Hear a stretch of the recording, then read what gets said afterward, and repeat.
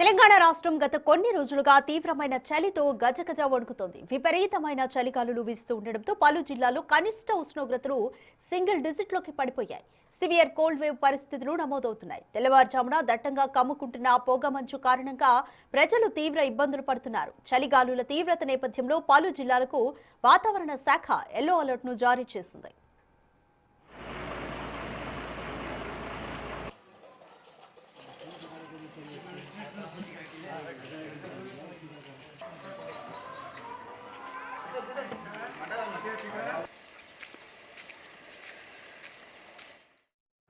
ఆదిలాబాద్ లో 6.7, సంగారెడ్డిలో 6.5, కొమరం భీంలో 7.1 డిగ్రీల కనిష్ట ఉష్ణోగ్రతలు నమోదవుతున్నాయి.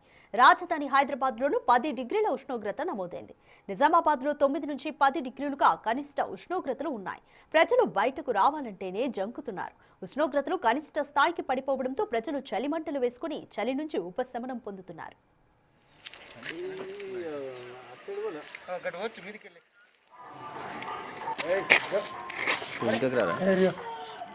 ఉత్తర ఈశాన్య దిశ నుంచి చలిగాలులు తీవ్రంగా వీస్తున్నాయి. మరో 2 రోజుల పాటు రాష్ట్రంలో అక్కడక్కడ కనిష్ట ఉష్ణోగ్రతలు సాధారణం కంటే 3 డిగ్రీల నుంచి 4 డిగ్రీల వరకు తక్కువగా ఉండే అవకాశం ఉంది.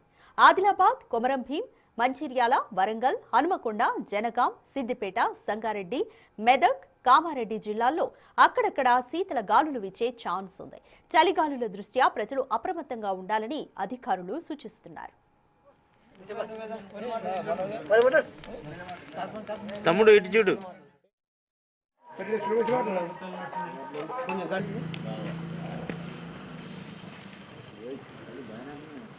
మట